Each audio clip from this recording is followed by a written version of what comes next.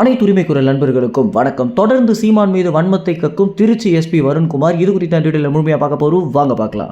மறைந்த முதல்வர் கருணாநிதியை அவதூறாக பேசிட்டாரு அப்படின்னு சாட்டை துரைமுருகனை திருச்சி காவலர்கள் பார்த்தீங்கன்னா கடந்த மாதம் கைது பண்ணியிருந்தாங்க. இந்த கைது நடவடிக்கை எடுத்து சீமானவர்கள் பார்த்தீங்கன்னா இந்த பாடலை உருவாக்குனதே அதிமுக கட்சிக்காரங்க தானே, அந்த பாடுனா என்ன தவறு அப்படின்னு அந்த பாடலை பாடியதோடு திருச்சி எஸ்பியான வருண்குமார் மீது ஒரு சில குற்றச்சாட்டுகளையும் பார்த்தீங்கன்னா சீமான் வச்சிருந்தாரு.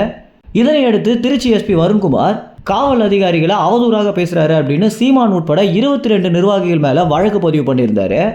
இதுல சீமான் வீட்டுக்கு தனிப்பட்ட முறையில் ஒரு நோட்டீஸையும் பார்த்தீங்கன்னா வருண் அனுப்பி வச்சிருந்தாரு. அதுல என்ன இருந்துச்சு அப்படின்னா, யார் முன்னாடி எல்லாம் சீமான் இந்த மாதிரி அவதூறாக பேசினாரோ அவங்க முன்னிலையில மன்னிப்பு கேட்கணும் அப்படின்ற மாதிரி அந்த ஒரு நோட்டீஸ்ல இருந்துச்சு. இதற்கு சீமானும் நிர்வாகிகளும் ரொம்பவே கொந்தளித்த நிலையில நேற்று தினம் பார்த்தீங்கன்னா செய்தியாளர்கள் சந்திப்பில் வருண்குமார் குறித்தும் அதற்கு பிறகு ஒரு சில ஐபிஎஸ் ஆஃபீஸர்கள் குறித்தும் சீமான் வச்ச குற்றச்சாட்டுக்கு எதிராக வருண் தற்போது சீமானை கைது பண்ணி ஆகணும் அப்படின்ற நடவடிக்கையில் ஈடுபடுறாரு அப்படின்றது தெரிய வந்திருக்கு. சீமான் உள்ளிட்ட 25 பேர் மேலே பார்த்தீங்கன்னா திருச்சி காவலர்கள் வழக்கு பதிவு பண்ணியிருக்காங்க. இதில் சீமான் நேரில் வரணும் அப்படின்னு ஒரு உத்தரவு இருக்கு.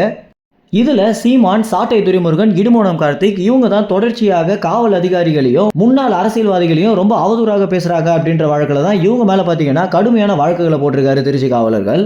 இதனையடுத்து சீமான் நேரில் ஆஜராகணும் அப்படின்னும் மன்னிப்பு கேட்டே தேரணும், கேட்குற வரைக்கும் நாங்கள் விட மாட்டோம் அப்படின்றதான் திருச்சி காவலர்களுடைய மனநிலைமையாக இருக்கு. மேலும் இந்த ஒரு தகவல் குறித்து என்ன நினைக்கிறீங்க அப்படின்னும், திடீரென திருச்சி எஸ்பி வருண்குமார் சீமான் மீதும் நிர்வாகிகள் மேலும் கடுமையான கண்டனங்களை தெரிவிக்கிறதுக்கு என்ன காரணம் அப்படின்னு நீங்கள் நினைக்கிறீங்களோ அது உங்கள் கமெண்ட்ஸில் தெரிவிங்க. நன்றி, வணக்கம்.